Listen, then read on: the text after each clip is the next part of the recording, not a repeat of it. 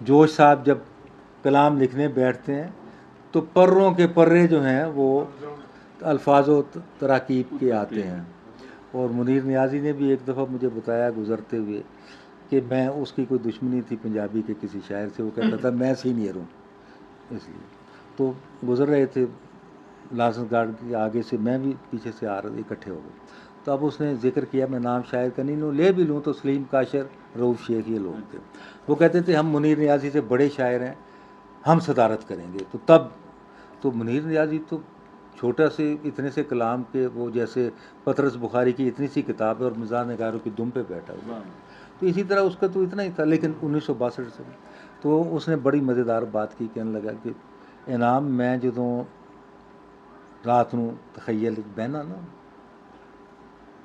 शेरो शायरी वास्ते, मेरे को गज़लां मिसरे तरकीबां इदां उड़ के आंदियां ने, गज़लां बड़ियां बनाइयां भी आंदियां ने बाहर, मैं देखना उन्होंने, मैं रिजेक्ट कर देना।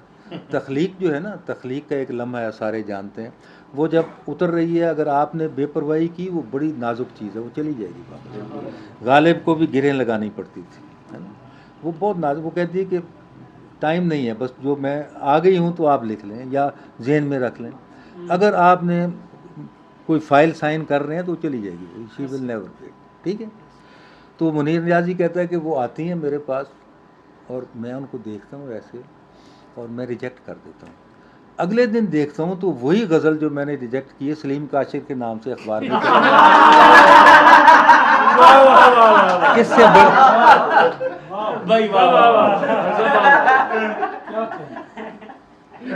ये है मुनीर नियाज़ी।